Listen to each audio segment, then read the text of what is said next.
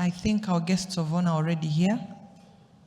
Your Excellency, the British High Commissioner to Rwanda, Honorable Minister of Education, distinguished guests, ladies and gentlemen who are here this morning, good morning, mwaramutse, karibu sana to those who are coming in from the rest of East Africa. Good morning, mwaramutse. Thank you very much. Thank you very much. Thank you to everybody who has turned up this morning. Thank you for honoring the invitation of the British High Commission, UNICEF, and Cambridge Education to attend this very, very first Education Inclusion Symposium that's happening for the first time in Rwanda. We thank you. We know you're very busy. You have so much to do, but you've spent your time to come and be with us this morning. So we truly thank you and appreciate that you've spent your time to come here. Honorable Minister, Your Excellency, as you can witness in this wonderful room, there is quite a big team of people, and I'd like to just give you a feel of who is in the house. Joining here is representatives from development partners. We have representatives from several CSOs. We have representatives from non-government organizations. We have, of course, representatives from the government, from your office, Honorable Minister. We have representatives of organizations of people with disabilities. We have some head teachers. I am told there's some district directors of education.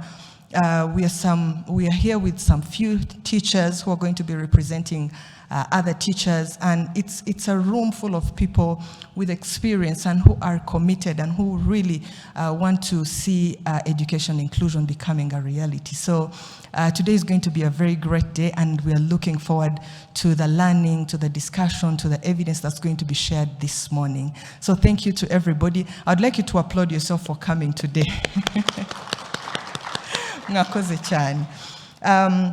So we're going to be hearing this morning throughout the day. I could have forgotten to introduce myself. My name is Faith Mbabazi, and I work for Cambridge Education. And I'm going to be the MC today, so you're going to be seeing a lot of my face this morning. So that's just a heads up for you if you see me here. So yeah. We will be hearing this morning and throughout the day, we'll be hearing from several speakers who will be sharing new evidence of what works in education, inclusion, best practices, both here in Rwanda and elsewhere in the region. What challenges and opportunities we have seen over the years, and we hope that by the end of today we will come up with ways of strengthening our partnership and coordination around how we can really strengthen inclusion education here in Rwanda. So without taking your time, please, ladies and gentlemen, join me as we welcome Her Excellency, the British High Commissioner, to deliver her opening remarks to this session. Mutsi Nitkwa Alithorpe, Endi Ambassadere wa Mwongereza, Nishimie Kuba Ndehanu. That's it. That's as much as I can manage, I'm afraid. My lessons are ongoing. Honourable Minister, government officials, development partners, non-governmental organisations, civil society, ladies and gentlemen. Welcome to this inaugural Education Inclusion Symposium. It's a real honour to be with you today, and I want to start by extending my huge thanks to UNICEF and Cambridge Education for their invaluable collaboration in making this event happen. Can we give them a round of applause, please? Thank you. One of the reasons that I'm really glad to be here today is that this event has actually been a number of years in the planning. So it's brilliant that it's actually happening. We started designing our new education programme in 2022, and we had a vision of using it to bring together key stakeholders working in education on an annual basis to discuss and share and talk about inclusion in education. So this symposium is not going to be a one-off event. We hope that the conversations that we have here today will lead to the establishment of a community of practice to give us all the tools, the knowledge and the support to deliver a step change in education inclusion in Rwanda. We're quite mindful of not duplicating existing sector working groups, but we think this community of practice that we're building today has the potential to reinvigorate us all in our commitment to inclusive education for children in Rwanda. It provides an opportunity to help strengthen our collaboration between each other and evidence sharing, and ultimately accelerate the impact of our work. And I say that because inclusion in education is not just a goal, it's a fundamental necessity for achieving equitable and sustainable development. Coupled with foundational learning, it will be a critical ingredient to achieving the ambitions set out in the National Strategy for Transformation.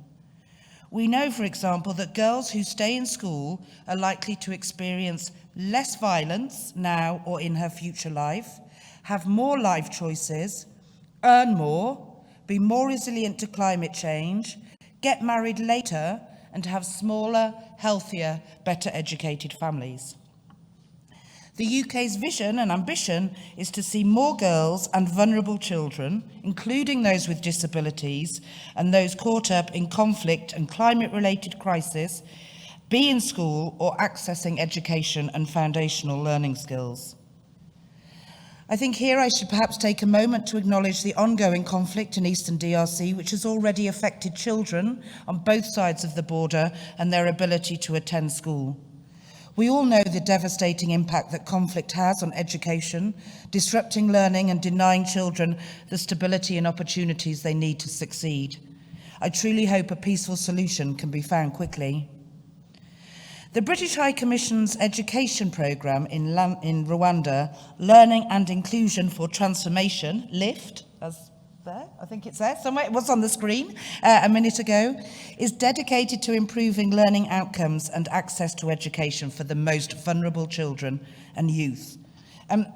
It's a bit like a sort of pop artist in that LIFT was formerly known as Girl programme, which is how it started off its life, but we realised that Girls suggest that it was only related to girls, and actually this is about inclusive education for all.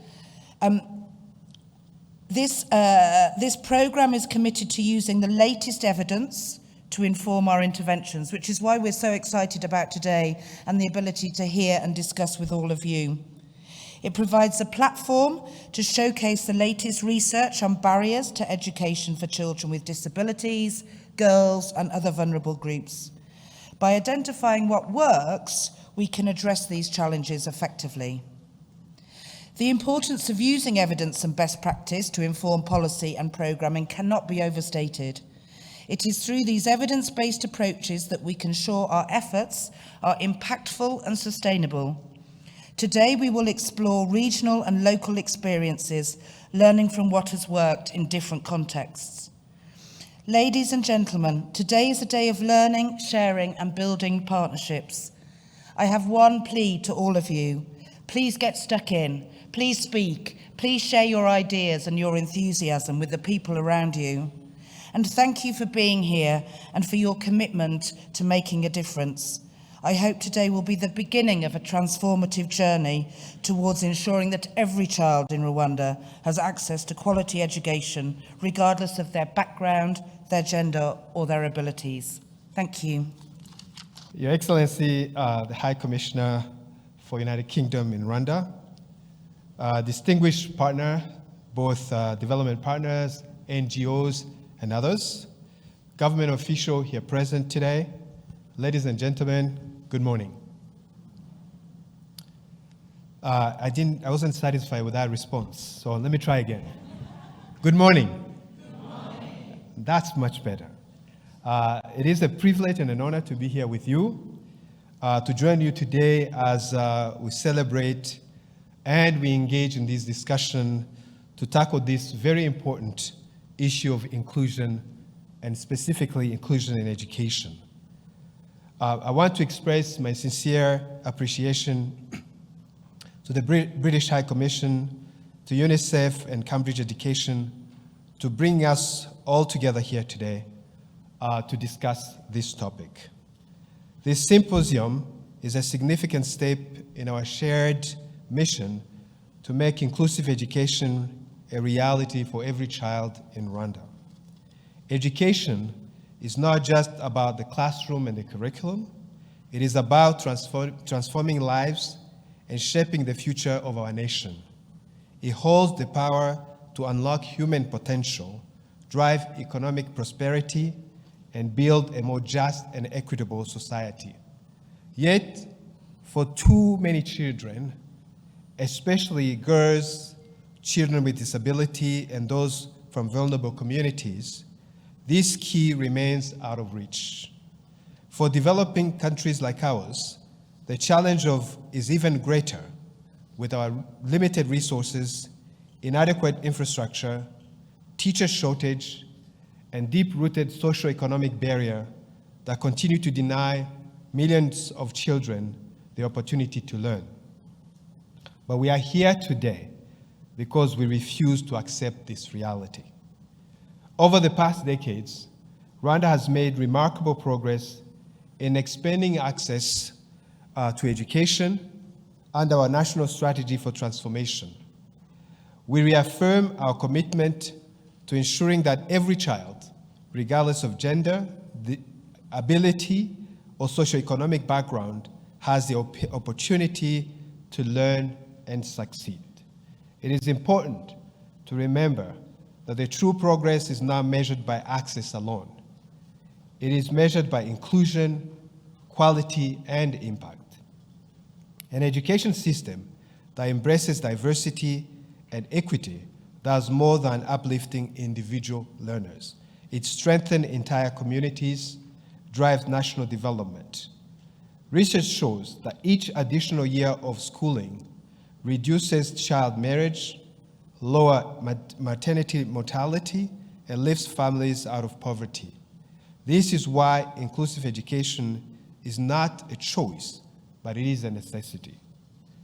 This symposium is more than a conversation.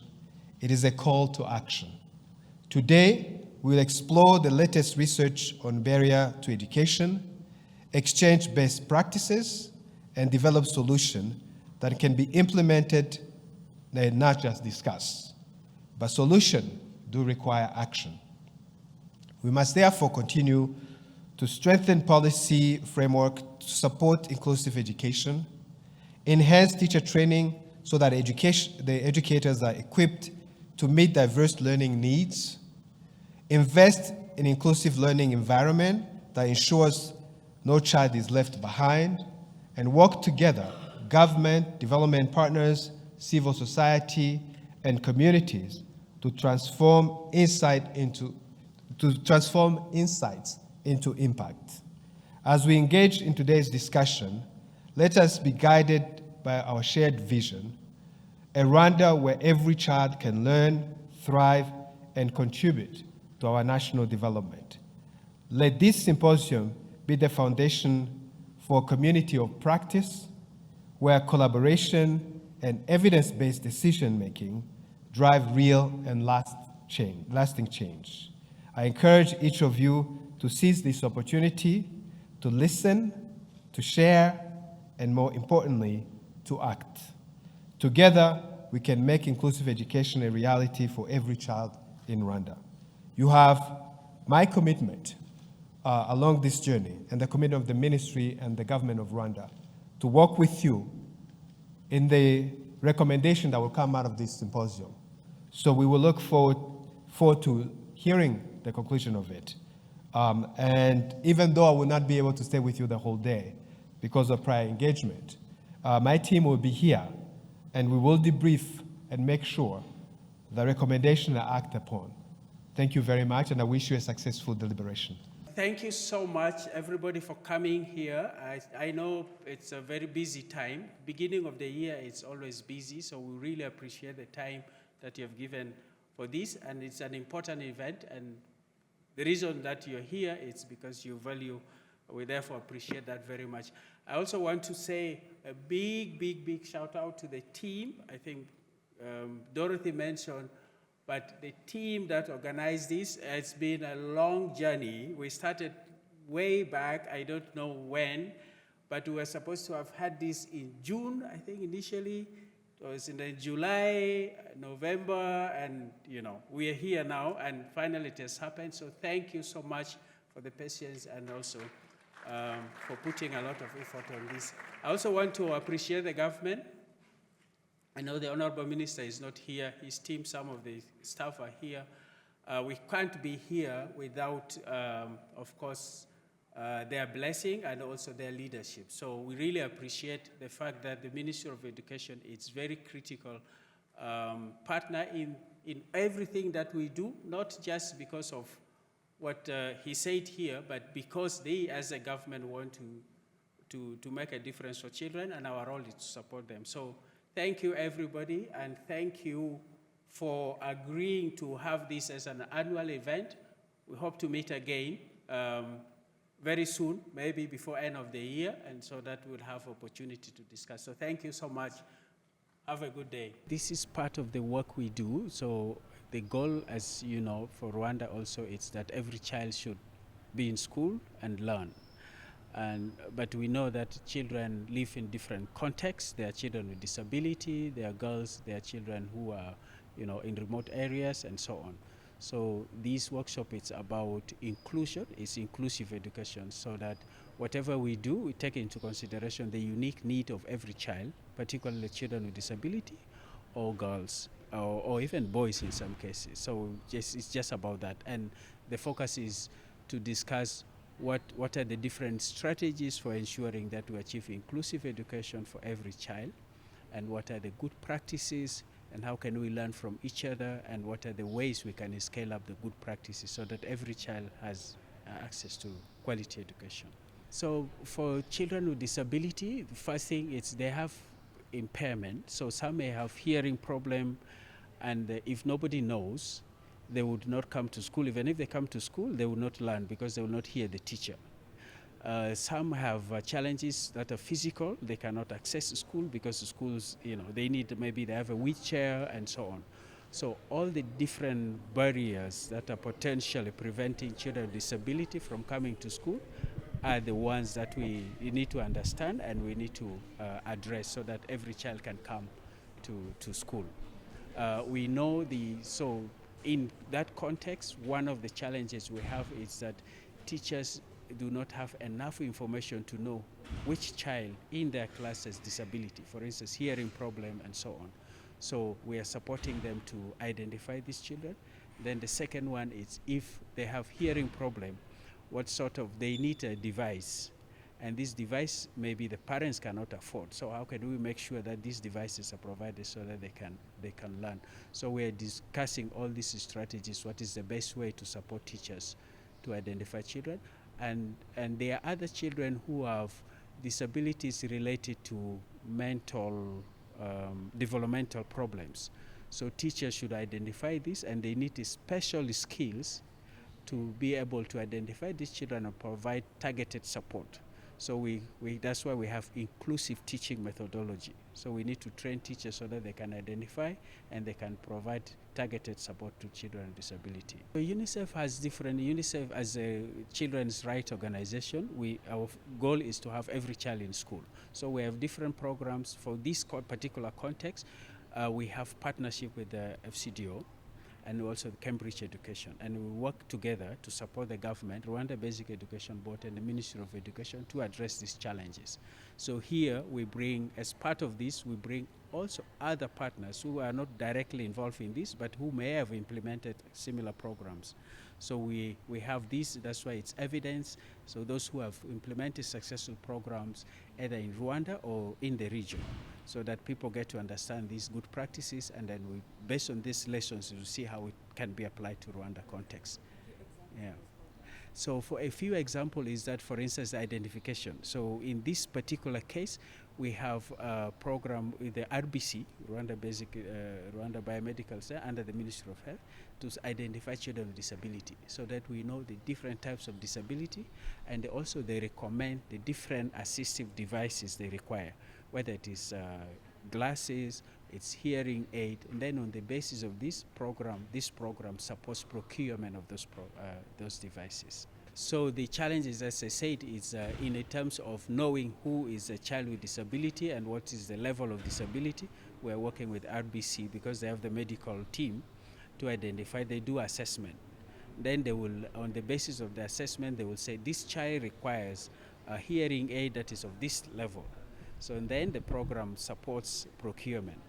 And then we also, for teachers who do not have skills on how to identify a child in their class, we also do training. So we have special training on inclusive pedagogies that we do.